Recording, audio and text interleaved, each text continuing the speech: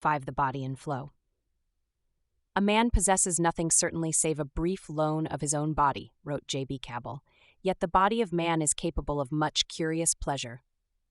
When we are unhappy, depressed, or bored, we have an easy remedy at hand: to use the body for all it is worth. Most people nowadays are aware of the importance of health and physical fitness, but the almost unlimited potential for enjoyment that the body offers often remains unexploited. Few learn to move with the grace of an acrobat, see with the fresh eye of an artist, feel the joy of an athlete who breaks his own record, taste with the subtlety of a connoisseur, or love with a skill that lifts sex into a form of art. Because these opportunities are easily within reach, the easiest step toward improving the quality of life consists in simply learning to control the body and its senses. Scientists occasionally amuse themselves by trying to figure out how much a human body might be worth.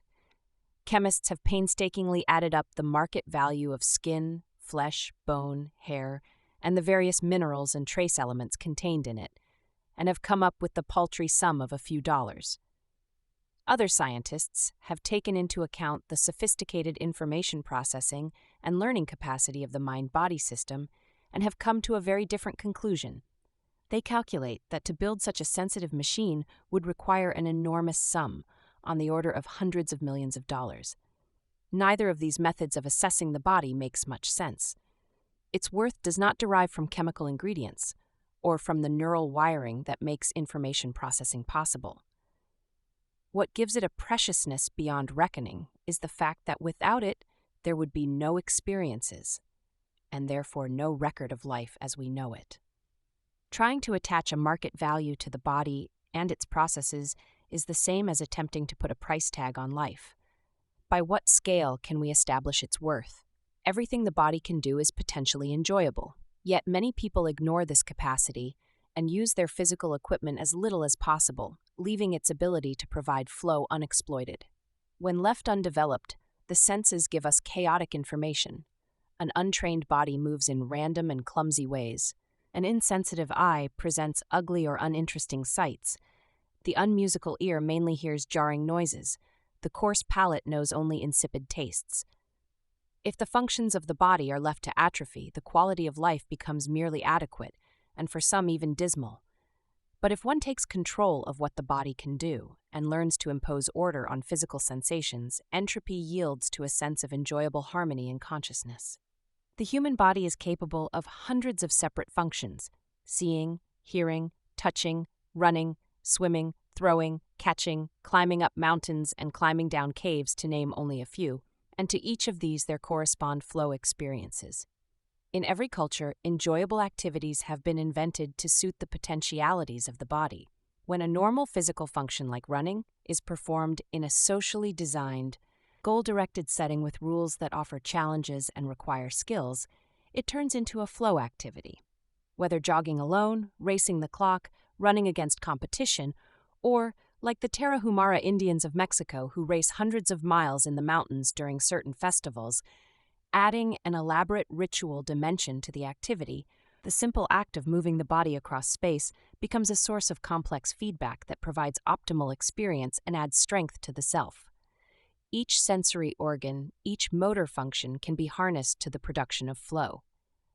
Before exploring further how physical activity contributes to optimal experience, it should be stressed that the body does not produce flow merely by its movements.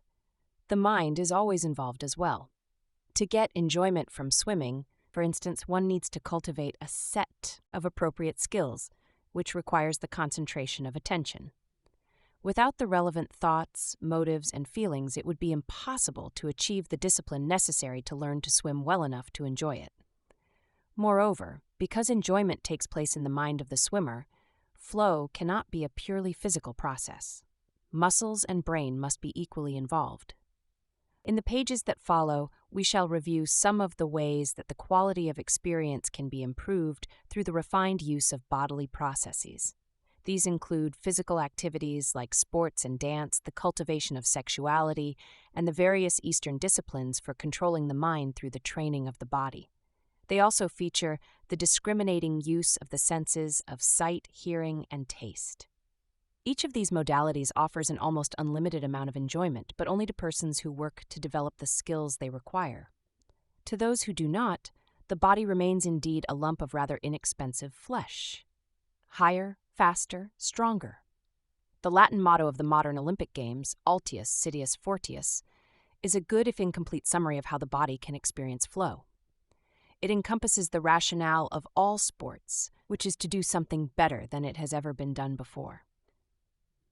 The purest form of athletics, and sports in general, is to break through the limitations of what the body can accomplish. However unimportant an athletic goal may appear to the outsider, it becomes a serious affair when performed with the intent of demonstrating a perfection of skill. Throwing things, for instance, is a rather trivial ability. Even small babies are quite good at it, as the toys surrounding any infant's crib testify. But how far a person can throw an object of a certain weight becomes a matter of legend.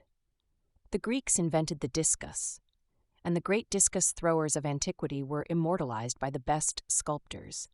The Swiss gathered on holidays in mountain meadows to see who could toss the trunk of a tree farthest. The Scots did the same with gigantic rocks. In baseball nowadays, pitchers become rich and famous because they can throw balls with speed and precision, and basketball players because they can sink them into hoops. Some athletes throw javelins, others are bowlers, shot putters, or hammer throwers. Some throw boomerangs or cast fishing lines. Each of these variations on the basic capacity to throw offers almost unlimited opportunities for enjoyment. Altius higher is the first word of the Olympic motto, and soaring above the ground is another universally recognized challenge. To break the bonds of gravity is one of the oldest dreams of mankind. The myth of Icarus, who had wings fashioned so he could reach the sun, has been long held to be a parable of the aims, noble and misguided at the same time, of civilization itself. To jump higher, to climb the loftiest peaks, to fly far above the earth are among the most enjoyable activities people can do. Yet some savants have recently invented a special psychic infirmity, the so-called Icarus complex, to account for this desire to be released from the pull of gravity.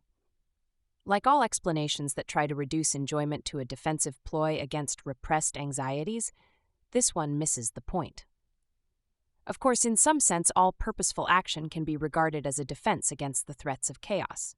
But in that respect, it is more worthwhile to consider acts that bring enjoyment as signs of health, not of disease. Flow experiences based on the use of physical skills do not occur only in the context of outstanding athletic feats. Olympians do not have an exclusive gift in finding enjoyment in pushing performance beyond existing boundaries. Every person, no matter how unfit he or she is, can rise a little higher, go a little faster, and grow to be a little stronger. The joy of surpassing the limits of the body is open to all. Even the simplest physical act becomes enjoyable when it is transformed, so as to produce flow. The essential steps in this process are: A. To set an overall goal and as many sub-goals as are realistically feasible. B. To find ways of measuring progress in terms of the goals chosen.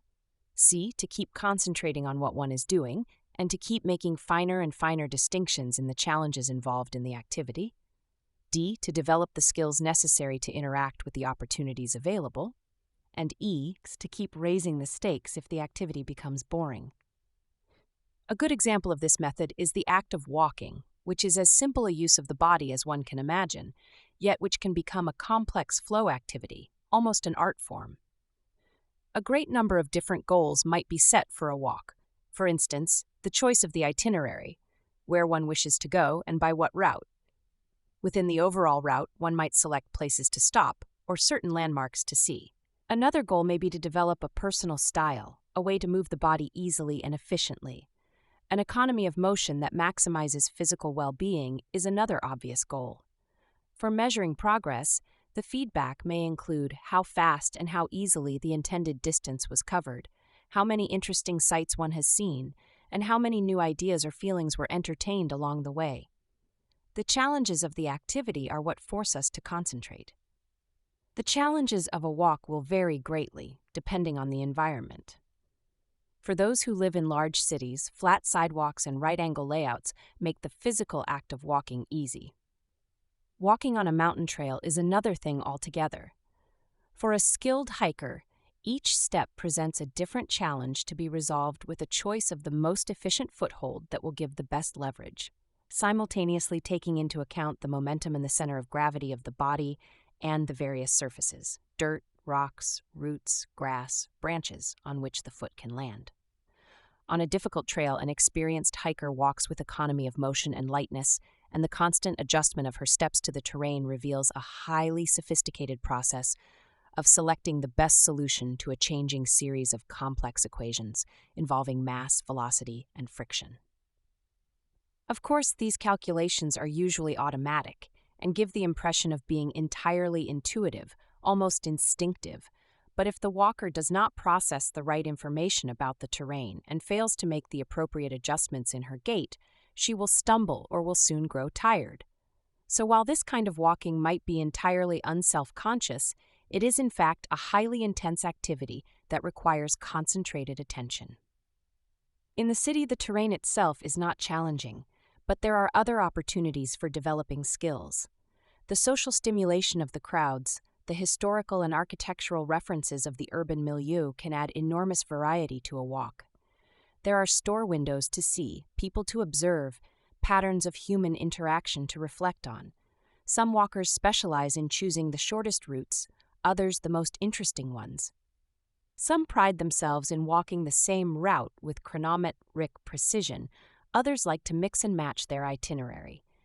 In winter, some aim to walk as long as possible on the sunny stretches of the sidewalk and to walk as much in the shade as possible in the summer. There are those who time their crossings exactly for when the traffic lights change to green. Of course, these chances for enjoyment must be cultivated. They don't just happen automatically to those who do not control their itinerary. Unless one sets goals and develops skills, walking is just featureless drudgery. Walking is the most trivial physical activity imaginable, yet it can be profoundly enjoyable if a person sets goals and takes control of the process. On the other hand, the hundreds of sophisticated forms of sport and body culture currently available, ranging from racquetball to yoga, from bicycling to martial arts, may not be enjoyable at all if one approaches them with the attitude that one must take part in them because they are fashionable, or simply because they are good for one's health. Many people get caught up in a treadmill of physical activity over which they end up having little control, feeling duty-bound to exercise but not having any fun doing it. They have made the usual mistake of confounding form and substance and assume that concrete actions and events are the only reality that determines what they experience. For such individuals, joining a fancy health club should be almost a guarantee that they will enjoy themselves. However, enjoyment, as we have seen, does not depend on what you do, but rather on how you do it. In one of our studies, we addressed the following question: are people happier when they use more material resources in their leisure activities? Or are they happier when they invest more of themselves? We tried to answer these questions with the experience sampling method, ESM, the procedure I developed at the University of Chicago to study the quality of experience. As described earlier, this method consists in giving people electronic pagers or beepers and a booklet of response sheets. A radio transmitter is programmed to send signals about 8 times a day at random intervals for a week. Each time the pager signals, respondents fill out a page of the booklet, indicating where they are and what they are doing and with whom, and rating their state of mind on a variety of dimensions, such as a 7-point scale ranging from very happy to very sad. What we found was that when people were pursuing leisure activities that were expensive in terms of the outside resources required, activities that demanded expensive equipment or electricity or other forms of energy measured in BTUs, such as powerboating, driving, or watching television, they were significantly less happy than when involved in inexpensive leisure. People were happiest when they were just talking to one another, when they gardened, knitted, or were involved in a hobby. All of these activities require few material resources, but they demand a relatively high investment of psychic energy. Leisure that uses up external resources, however, often requires less attention, and as a consequence, it generally provides less memorable rewards. The joys of movement. Sports and fitness are not the only media of physical experience that use the body as a source of enjoyment, for in fact, a broad range of activities rely on rhythmic or harmonious movements to generate flow. Among these, dance is probably the oldest and the most significant, both for its universal appeal and because of its potential complexity. From the most isolated New Guinea tribe to the polished troupes of the Bolshoi Ballet, the response of the body to music is widely practiced as a way of improving the quality of experience. Older people may consider dancing at clubs a bizarre and senseless ritual, but many teenagers find it an important source of enjoyment. Here is how some of the dancers describe the sensation of moving on the floor. Once I get into it, then I just float along, having fun, just feeling myself move around. I get sort of a physical high from it. I get very sweaty, very feverish, or sort of ecstatic when everything is going really well. You move about and try to express yourself in terms of those motions. That's where it's at. It's a body language kind of communicative medium in a way. When it's going good, I'm really expressing myself well in terms of the music and in terms of the people that are out there. The enjoyment of dancing is often so intense that people will give up many other options for its sake. Here's a typical statement from one of the dancers interviewed by Professor Massimini's group in Milan, Italy. From the very first, I wanted to become a professional ballerina. It has been hard, little money, lots of traveling, and my mother always complains about my work. But love of the dance has always sustained me. It is now part of my life, a part of me that I could not live without. In this group of 60 professional dancers of marriageable age, only 3 were married and only 1 had a child. Pregnancy was seen as too great an interference with a career. But just as with athletics, one certainly need not become a professional to enjoy controlling the expressive potentials of the body. Dilettante dancers can have just as much fun without sacrificing every other goal for the sake of feeling themselves moving harmoniously. And there are other forms of expression that use the body as an instrument, miming and acting, for instance. The popularity of charades as a parlor game is due to the fact that it allows people to shed for a time their customary identity and act out different roles. Even the most silly and clumsy impersonation can provide an enjoyable relief from the limitations of everyday patterns of behavior, a glimpse into alternative modes of being. Sex as flow. When people think of enjoyment, usually one of the first things that comes to mind is sex. This is not surprising, because sexuality is certainly one of the most universally rewarding experiences, surpassed in its power to motivate perhaps only by the need to survive, to drink, and to eat. The urge to have sex is so powerful that it can drain psychic energy away from other necessary goals. Therefore, every culture has to invest great efforts in rechanneling and restraining it, and many complex social institutions exist only in order to regulate this urge.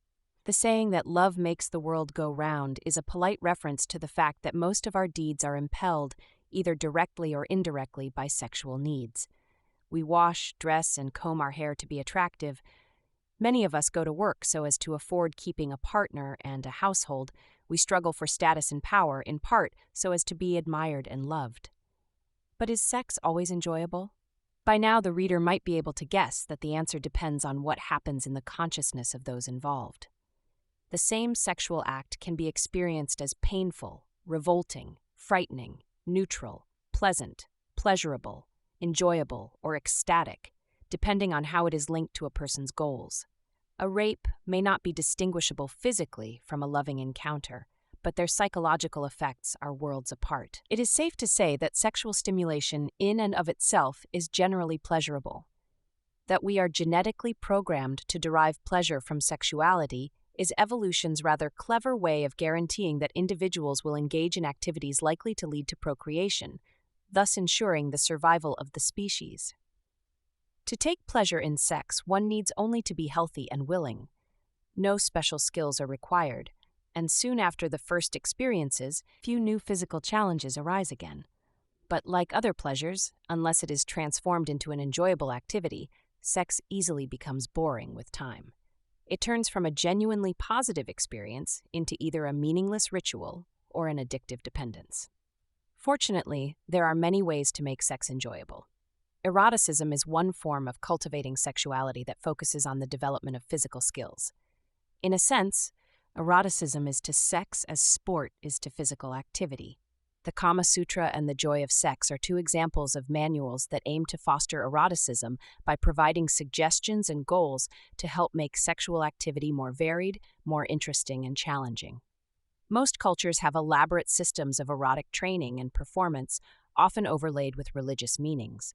Early fertility rites, the Dionysian mysteries of Greece, and the recurring connection between prostitution and female priesthood are just a few forms of this phenomenon.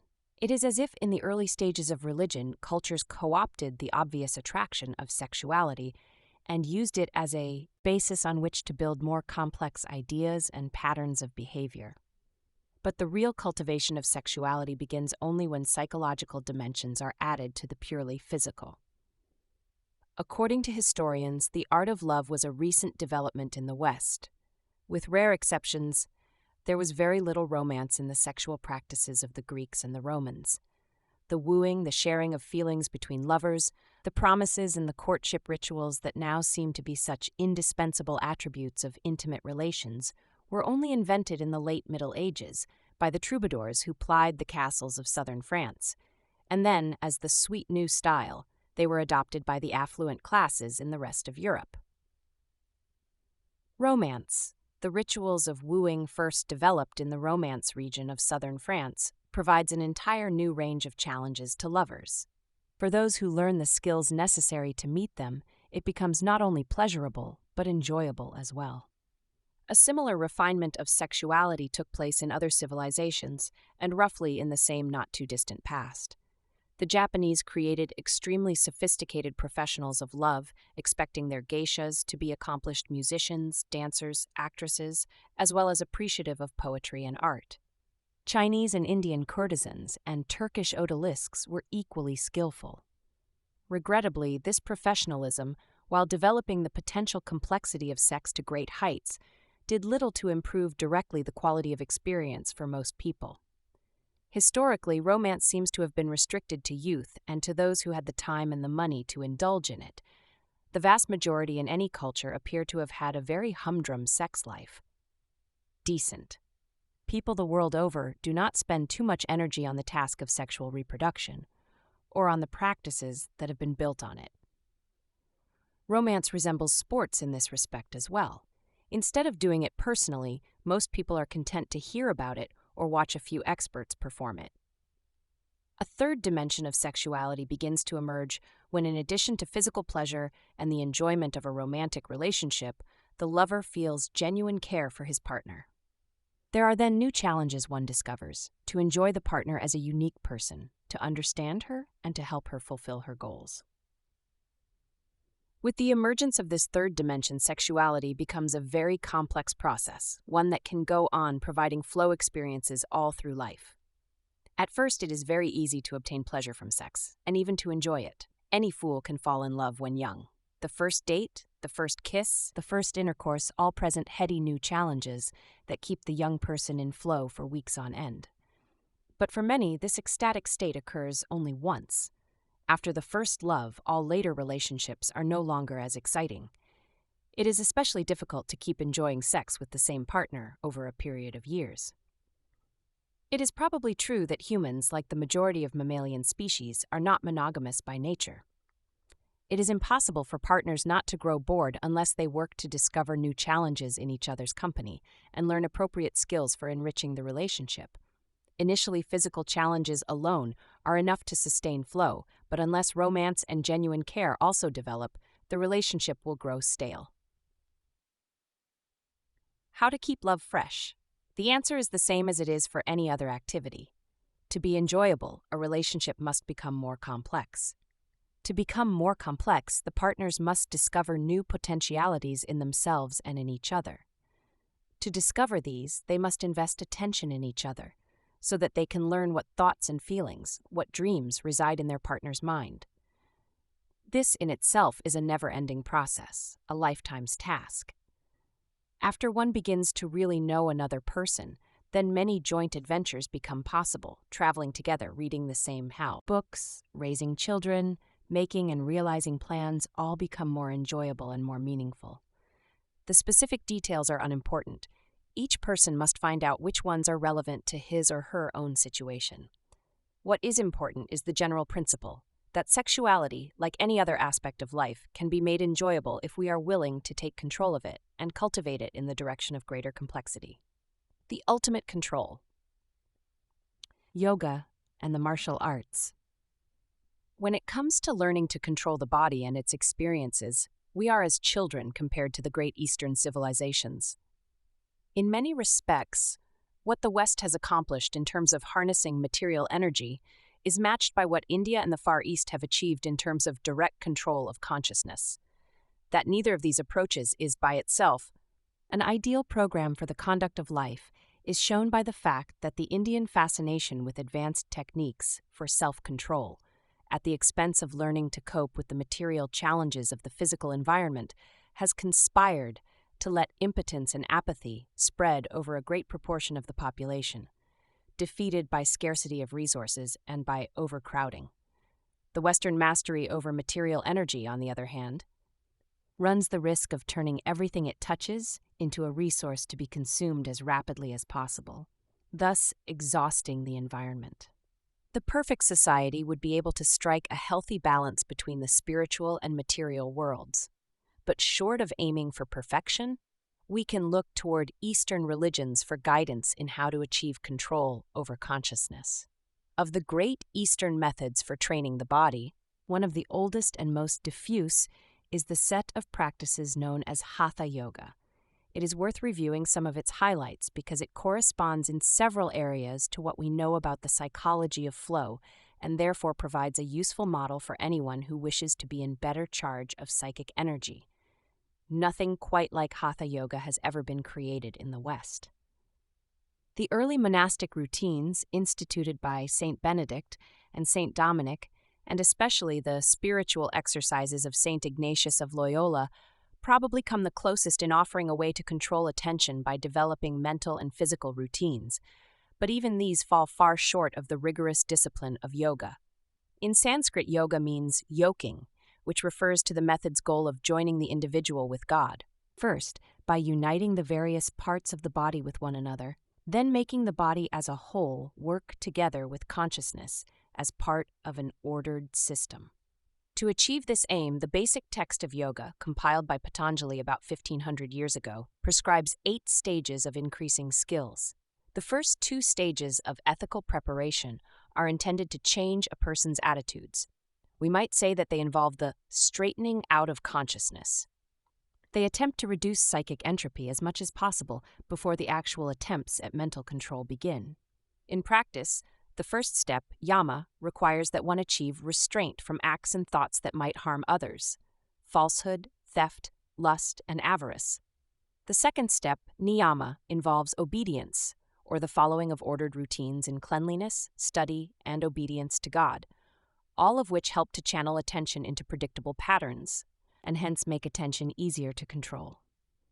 The next 2 stages involve physical preparation, or development of habits, that will enable the practitioner or yogin to overcome the demands of the senses and make it possible for him to concentrate without growing tired or distracted. The third stage consists in practicing various asana, ways of sitting or holding postures for long periods without succumbing to strain or fatigue. This is the stage of yoga that we all know in the West, exemplified by a fellow in what looks like diapers standing on his head with his shanks behind his neck. The fourth stage is pranayama, or breath control, which aims to relax the body and stabilizes the rhythm of breathing. The fifth stage, the hinge between the preparatory exercises and the practice of yoga proper, is called pratyahara, withdrawal. It involves learning to withdraw attention from outward objects by directing the input of the senses, thus becoming able to see, hear, and feel only what one wishes to admit into awareness. Already at this stage, we see how close the goal of yoga is to that of the flow activities described in this volume, to achieve control over what happens in the mind.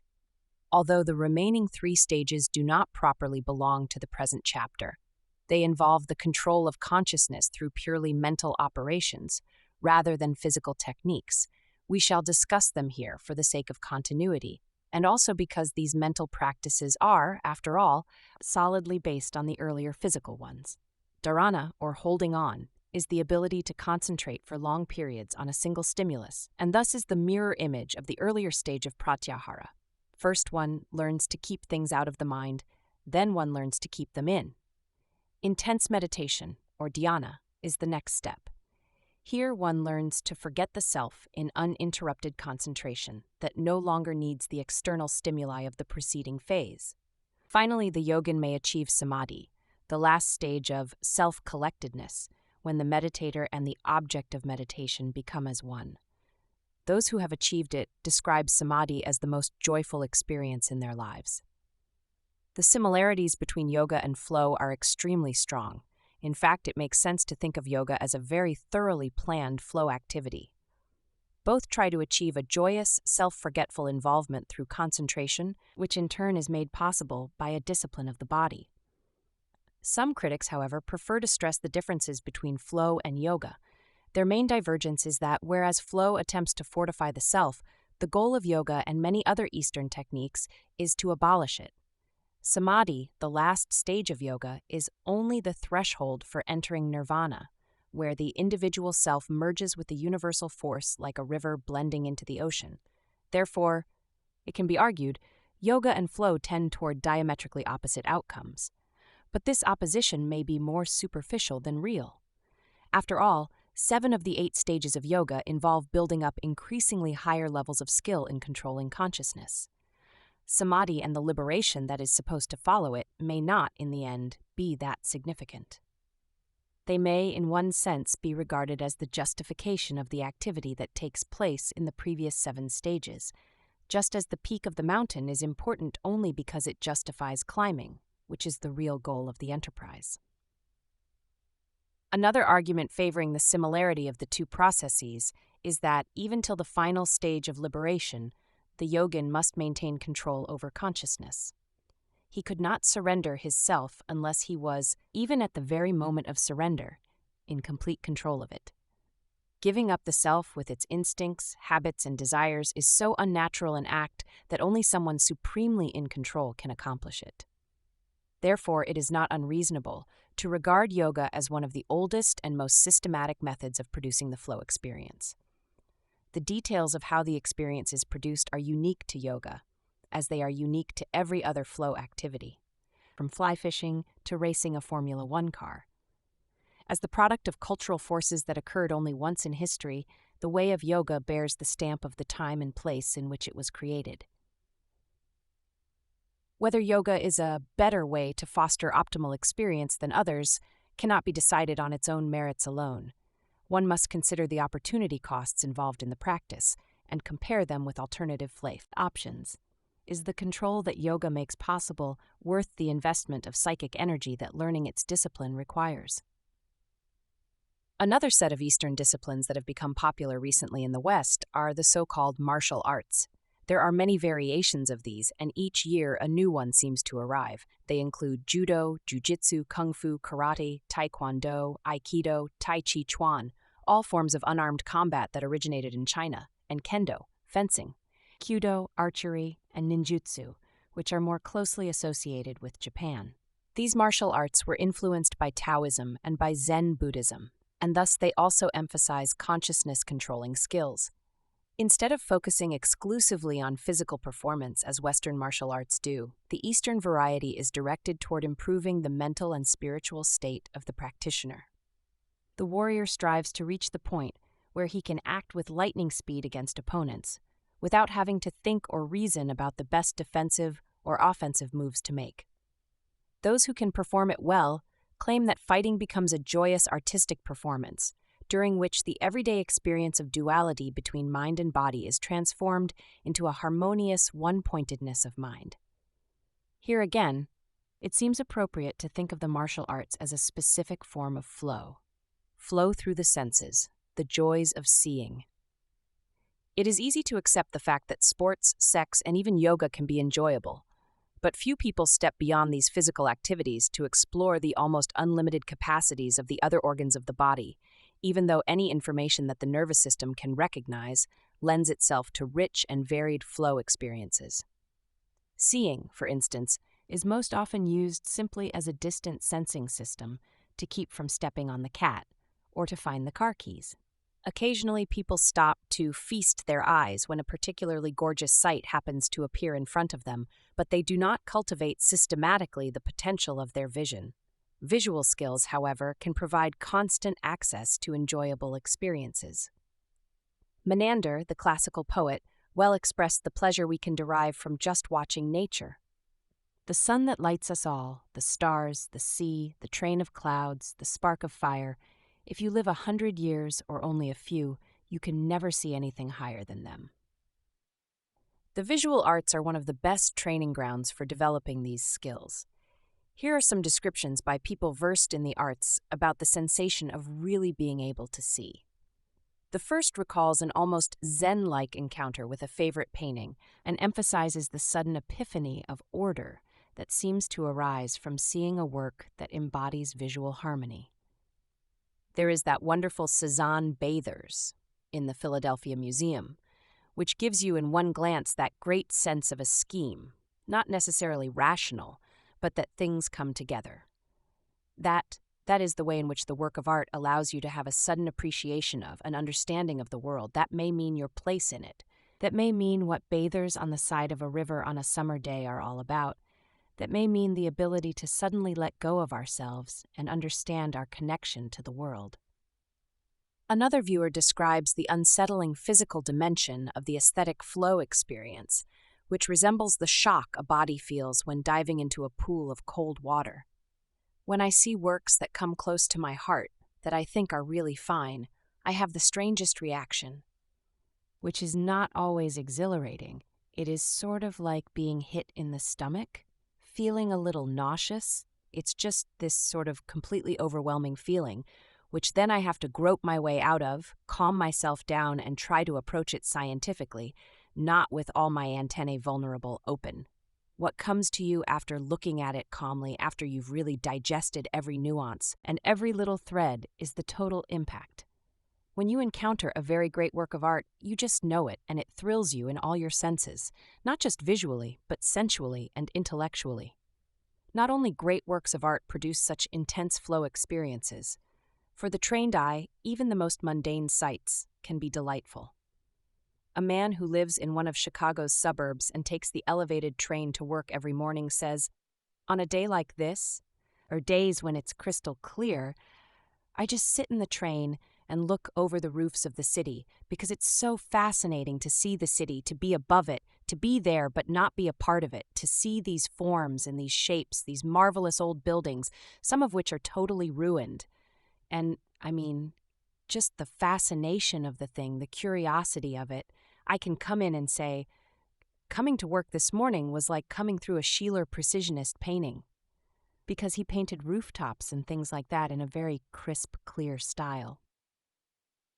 It often happens that someone who's totally wrapped up in a means of visual expression sees the world in those terms. Like a photographer looks at a sky and says, "This is a Kodachrome sky. Way to go, God. You're almost as good as Kodak." Clearly, it takes training to be able to derive this degree of sensory delight from seeing. One must invest quite a bit of psychic energy in looking at beautiful sights and at good art before one can recognize the Sheeler-like quality of a roofscape. But this is true of all flow activities. Without cultivating the necessary skills, one cannot expect to take true enjoyment in a pursuit. Compared to several other activities, however, seeing is immediately accessible, although some artists contend that many people have tin eyes, so it is a particular pity to let it rest undeveloped. It might seem like a contradiction that, in the previous section, we have shown how yoga can induce flow by training the eyes not to see, whereas we are now advocating the use of the eyes to make flow happen. This is a contradiction only for those who believe that what is significant is the behavior, rather than the experience to which it leads. It does not matter whether we see or we not see, as long as we are in control of what is happening to us. The same person can meditate in the morning and shut out all sensory experience, and then look at a great work of art in the afternoon. Either way, he may be transformed by the same sense of exhilaration. The flow of music. In every known culture, the ordering of sound in ways that please the ear has been used extensively to improve the quality of life. One of the most ancient and perhaps the most popular functions of music is to focus the listener's attention on patterns appropriate to a desired mood. So there is music for dancing, for weddings, for funerals, for religious and for patriotic occasions, music that facilitates romance, and music that helps soldiers march in orderly ranks. When bad times befell the pygmies of the Ituri forest in Central Africa, they assumed that their misfortune was due to the fact that the benevolent forest, which usually provided for all their needs, had accidentally fallen asleep. At that point, the leaders of the tribe would dig up the sacred horns buried underground and blow on them for days and nights on end in an attempt to wake up the forest, thus restoring the good times. The way music is used in the Ituri forest is paradigmatic of its function everywhere. The horns may not have awakened the trees, but their familiar sound must have reassured the pygmies that help was on the way, and so they were able to confront the future with confidence. Most of the music that pours out of Walkmans and stereos nowadays answers a similar need. Teenagers, who swing from one threat to their fragile, evolving personhood to another in quick succession throughout the day, especially depend on the soothing patterns of sound to restore order in their consciousness. But so do many adults.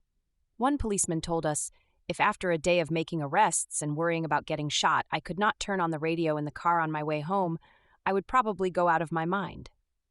Music, which is organized auditory information, helps organize the mind that attends to it, and therefore reduces psychic entropy, or the disorder we experience when random information interferes with goals. Listening to music wards off boredom and anxiety, and when seriously attended to, it can induce flow experiences. Some people argue that technological advances have greatly improved the quality of life by making music so easily available. Transistor radios, laser discs, tape decks blare the latest music 24 hours a day in crystal clear recordings. This continuous access to good music is supposed to make our lives much richer. But this kind of argument suffers from the usual confusion between behavior and experience. Listening to recorded music for days on end may or may not be more enjoyable than hearing an hour-long live concert that one had been looking forward to for weeks. It is not the hearing that improves life, it is the listening. We hear muzak, but we rarely listen to it, and few could have ever been in flow as a result of it. As with anything else, to enjoy music, one must pay attention to it. To the extent that recording technology makes music too accessible, and therefore taken for granted, it can reduce our ability to derive enjoyment from it. Before the advent of sound recording, a live musical performance retained some of the awe that music engendered when it was still entirely immersed in religious rituals.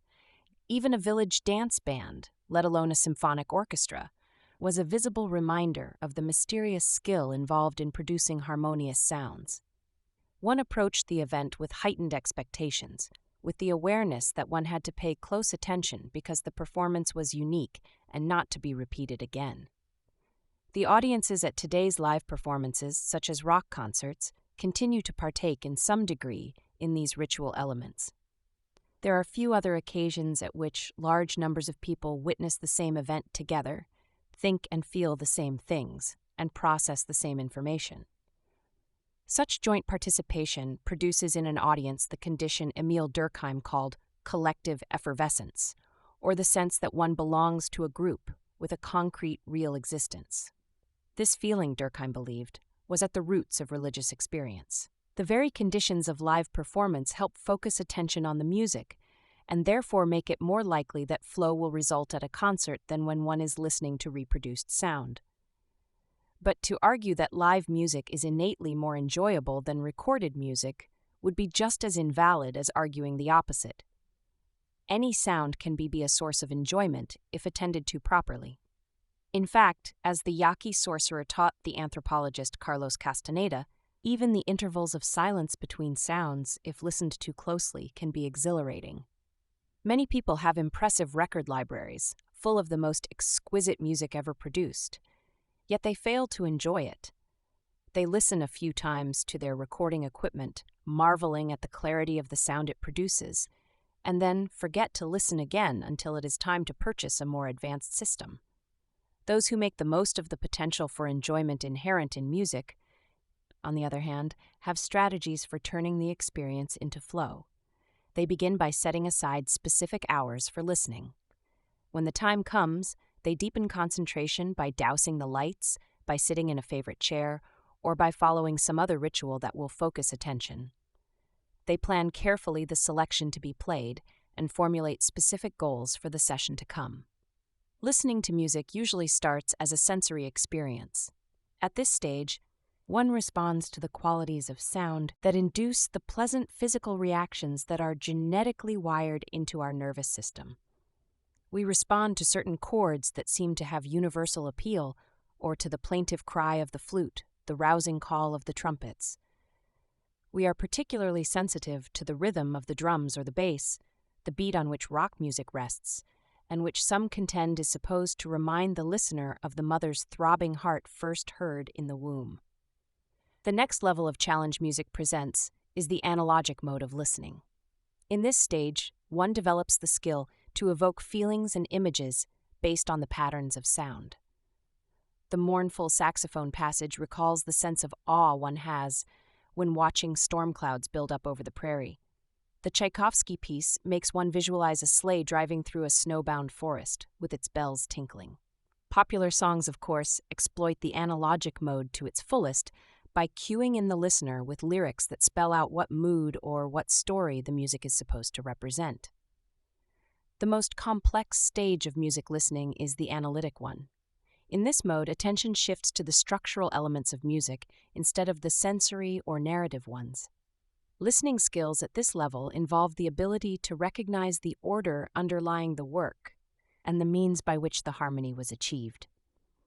They include the ability to evaluate critically the performance and the acoustics, to compare the piece with earlier and later pieces of the same composer, or with the work of other composers writing at the same time, and to compare the orchestra, conductor, or band with their own earlier and later performances, or with the interpretations of others.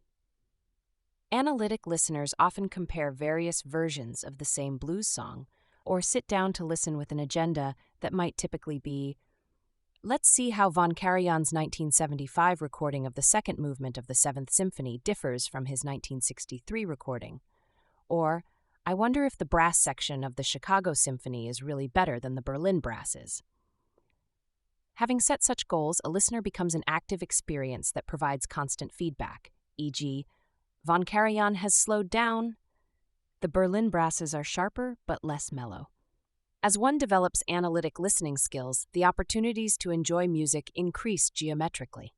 So far, we have considered only how flow arises from listening, but even greater rewards are open to those who learn to make music. The civilizing power of Apollo depended on his ability to play the lyre. Pan drove his audiences to frenzy with his pipes, and Orpheus with his music was able to restrain even death. These legends point to the connection between the ability to create harmony in sound and the more general and abstract harmony that underlies the kind of social order we call a civilization. Mindful of that connection, Plato believed that children should be taught music before anything else.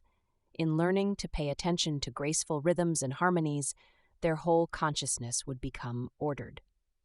Our culture seems to have been placing a decreasing emphasis on exposing young children to musical skills. Whenever cuts are to be made in a school's budget, courses in music, as well as art and physical education, are the first to be eliminated. It is discouraging how these three basic skills, so important for improving the quality of life, are generally considered to be superfluous in the current educational climate. Deprived of serious exposure to music, children grow into teenagers who make up for their early deprivation by investing inordinate amounts of psychic energy into their own music. They form rock groups, buy tapes and records, and generally become captives of a subculture that does not offer many opportunities for making consciousness more complex. Even when children are taught music, the usual problem often arises. Too much emphasis is placed on how they perform, and too little on what they bio-experience. Parents who push their children to excel at the violin are generally not interested in whether the children are actually enjoying the playing. They want the child to perform well enough to attract attention, to win prizes, and to end up on the stage of Carnegie Hall. By doing so, they succeed in perverting music into the opposite of what it was designed to be. They turn it into a source of psychic disorder. Parental expectations for musical behavior often create great stress and sometimes a complete breakdown. Lauren Hollander, who was a child prodigy at the piano and whose perfectionist father played first violin in Toscanini's orchestra, tells how he used to get lost in ecstasy when playing the piano alone, but how he used to quake in sheer terror when his demanding adult mentors were present. When he was a teenager, the fingers of his hands froze during a concert recital, and he could not open his clawed hands for many years thereafter. Some subconscious mechanism below the threshold of his awareness had decided to spare him the constant pain of parental criticism. Now, Hollander, recovered from the psychologically induced paralysis, spends much of his time helping other gifted young instrumentalists to enjoy music the way it is meant to be enjoyed. Although playing an instrument is best learned when young, it is really never too late to start. Some music teachers specialize in adult and older students, and many a successful businessman decides to learn the piano after age 50. Singing in a choir and playing in an amateur string ensemble are two of the most exhilarating ways to experience the blending of one's skills with those of others. Personal computers now come with sophisticated software that makes composition easy and allows one to listen immediately to the orchestration. Learning to produce harmonious sounds is not only enjoyable, but like the mastery of any complex skill, it also helps strengthen the self. The joys of tasting. Gioacchino Rossini, the composer of William Tell and many other operas, had a good grasp of the relationship between music and food. What love is to the heart, appetite is to the stomach. The stomach is the conductor that leads and livens up the great orchestra of our emotions. If music modulates our feelings, so does food, and all the fine cuisines of the world are based on that knowledge. The musical metaphor is echoed by Heinz Meyer-Leibniz, the German physicist who has recently written several cookbooks. The joy of cooking at home, he says, compared to eating in one of the best restaurants, is like playing a string quartet in the living room as compared to a great concert. For the first few hundred years of American history, food preparation was generally approached in a no-nonsense manner.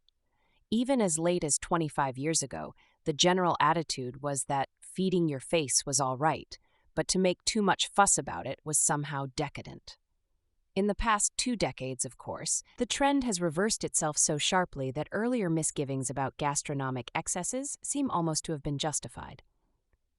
Now we have foodies and wine freaks who take the pleasures of the palate as seriously as if they were rites in a brand new religion.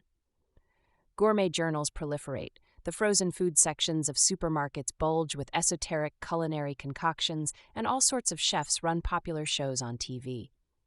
Not so long ago, Italian or Greek cuisine was considered the height of exotic fare. Now one finds excellent Vietnamese, Moroccan, or Peruvian restaurants in parts of the country where a generation earlier one couldn't find anything but steak and potatoes for a radius of 100 miles around. Of the many lifestyle changes that have taken place in the United States in the past few decades, few have been as startling as the turnabout concerning food. Eating, like sex, is one of the basic pleasures built into our nervous system. The ESM studies done with electronic pagers have shown that even in our highly technological urban society, people still feel most happy and relaxed at mealtimes. Although, while at table, they lack some of the other dimensions of the flow experience, such as high concentration, a sense of strength, and a feeling of self-esteem. But in every culture, the simple process of ingesting calories has been transformed with time into an art form that provides enjoyment as well as pleasure. The preparation of food has developed in history according to the same principles as all other flow activities. First, people took advantage of the opportunities for action, in this case, the various edible substances in their environment, and as a result of attending carefully, they were able to make finer and finer distinctions between the properties of foodstuffs. They discovered that salt preserves meats, that eggs are good for coating and binding, and that garlic, although harsh tasting by itself, has medicinal properties, and if used judiciously, imparts subtle flavors to a variety of dishes. Once aware of these properties, people could experiment with them and then develop rules for putting together the various substances in the most pleasing combinations. These rules became the various cuisines. Their variety provides a good illustration of the almost infinite range of flow experiences that can be evoked with a relatively limited number of edible ingredients. Much of this culinary creativity was sparked by the jaded palates of princes. Referring to Cyrus the Great, who ruled Persia about 25 centuries ago, Xenophon writes, with perhaps a touch of exaggeration, "Men travel over the whole earth in the service of the king of Persia, looking to find out what may be pleasant for him to drink, and 10,000 men are always contriving something nice for him to eat." But experimentation with food was by no means confined to the ruling classes. Peasant women in Eastern Europe, for instance, were not judged to be ready for marriage unless they had learned to cook a different soup for each day of the year. In our culture, despite the recent spotlight on gourmet cuisine, many people still barely notice what they put in their mouths, thereby missing a potentially rich source of enjoyment. To transform the biological necessity of feeding into a flow experience, one must begin by paying attention to what one eats. It is astonishing, as well as discouraging, when guests swallow lovingly prepared food without any sign of having noticed its virtues. What a waste of rare experience is reflected in that insensitivity. Developing a discriminating palate, like any other skill, requires the investment of psychic energy, but the energy invested is returned many times over in a more complex experience. The individuals who really enjoy eating develop with time an interest in a particular cuisine and get to know its history and its peculiarities. They learn to cook in that idiom, not just single dishes, but entire meals that reproduce the culinary ambience of the region. If they specialize in Middle Eastern food, they know how to make the best hummus, where to find the best tahini, or the freshest eggplant.